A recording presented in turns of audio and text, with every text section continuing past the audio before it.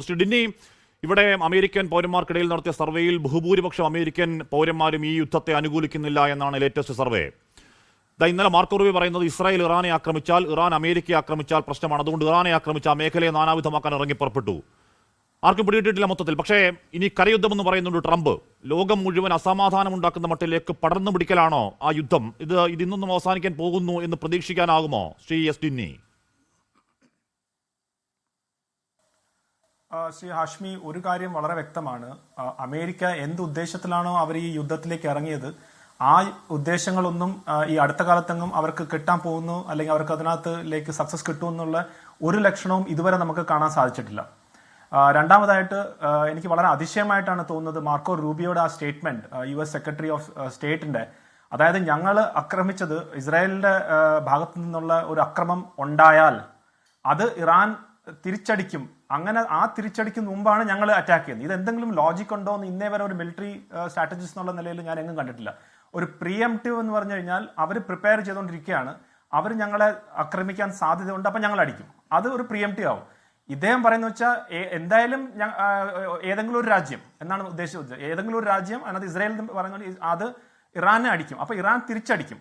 ആ തിരിച്ചടി വരാതിരിക്കാനാണ് ഞങ്ങൾ ഇപ്പോൾ അടിക്കുന്നത്. ഇത് എന്തെങ്കിലും ലോജിക് ആണെന്ന് അദ്ദേഹത്തിന് തന്നെ മനസ്സിലാവുന്നില്ല. എനിക്കൊന്ന് അമേരിക്കയിൽ തന്നെ വലിയ രീതിയിലുള്ള ഒരു പ്രതിഷേധം അല്ലെങ്കിൽ ലാക്ക് ഓഫ് ക്ലാരിറ്റിക്ക് വേണ്ടി നടക്കുന്നുണ്ട്.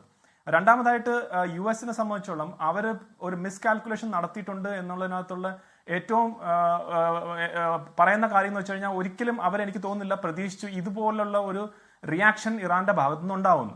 അവർ വിചാരിച്ചെന്ന് വെച്ച് കഴിഞ്ഞാൽ, ഒരു ഫസ്റ്റ് സ്ട്രൈക്കിലൂടെ കംപ്ലീറ്റ് ലീഡർഷിപ്പിനെ ഇല്ലാതാക്കി കഴിഞ്ഞാൽ ഉടനെ തന്നെ ആ കംപ്ലീറ്റ് ലീഡർഷിപ്പ് ഇറാന്റെ കൊളാപ്സ് ആവും, തെരുവിലേക്ക് ജനങ്ങൾ ഇറങ്ങും, തെരുവിലേക്ക് ജനങ്ങൾ ഇറങ്ങി അതൊരു ഭരണമാറ്റത്തിലേക്ക് പോകുമെന്ന് വിചാരിച്ചുള്ള രീതിയിലാണ് അവർ തുടങ്ങിയത്. പക്ഷെ അതൊന്നും നടന്നില്ല എന്ന് മാത്രമല്ല, ജനങ്ങൾ ഈ നല്ല എതിർപ്പുള്ള ജനങ്ങൾ പോലും ആരും പുറത്തു വരുന്നില്ല.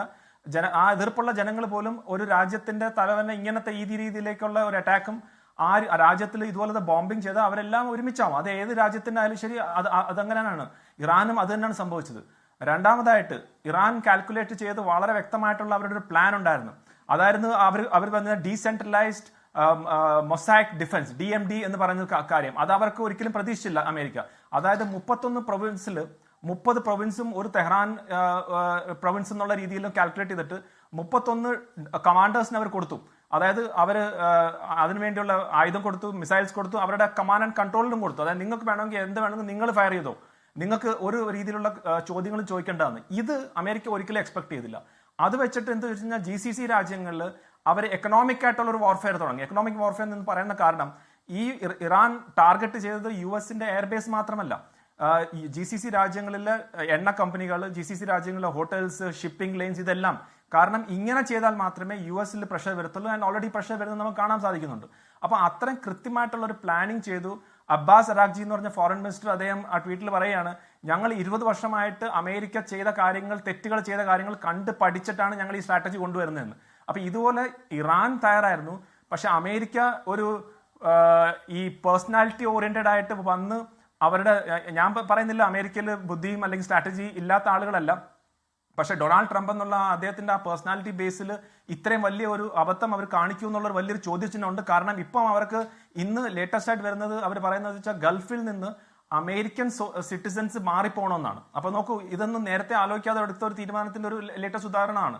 ഗൾഫിൽ നിന്ന് അമേരിക്കൻ സിറ്റിസൻസ് എത്രയും പെട്ടെന്ന് പോകണമെന്ന് അവർ തന്നെ പറയുകയാണെങ്കിൽ അവർ എത്രമാത്രം മിസ്കാൽക്കുലേറ്റ് ചെയ്തു എന്നുള്ളതിന്റെ കാര്യമാണ്. ഈ യുദ്ധം ഇനി എങ്ങോട്ട് പോകും എന്നുള്ളത് എനിക്ക് തോന്നുന്നു അമേരിക്കക്ക് തന്നെ ഒരു ധാരണയില്ല. അവർ ഇനി എത്രയും പെട്ടെന്ന് ഇതിൽ നിന്ന് ഒരു എക്സിറ്റ് സ്ട്രാറ്റജി ആയിരിക്കും അവർ നോക്കുന്നത്. 4 ആഴ്ച 5 ആഴ്ചയൊക്കെ പോയിക്കഴിഞ്ഞാൽ അമേരിക്കയിലുള്ള ഇപ്പോഴത്തെ പ്രതിഷേധത്തിന്റെ അപ്പുറം പ്രതിഷേധം വരും. ഓൾറെഡി ഡൊണാൾഡ് ട്രംപിന്റെ മേക്ക് അമേരിക്ക ഗ്രേറ്റ് അഗെയിൻ എന്നുള്ള അവരുടെ വോട്ട് ബാങ്കിൽ നിന്ന് തന്നെ ധാരാളം എതിർപ്പുകൾ വരുന്നു.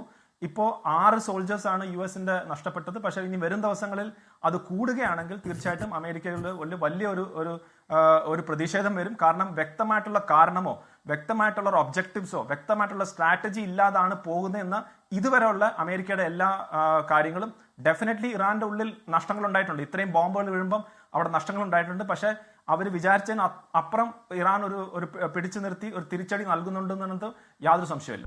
ലോകത്തെവിടെയായാലും ഏത് സമയത്തും 24 വാർത്തകളും ഓഗ്മെന്റഡ് റിയാലിറ്റി പാക്കേജുകളും എക്സ്പ്ലെയിനറുകളും വിശദമായി കാണാൻ ഞങ്ങളുടെ YouTube ചാനൽ നിങ്ങൾക്ക് സബ്സ്ക്രൈബ് ചെയ്യാം.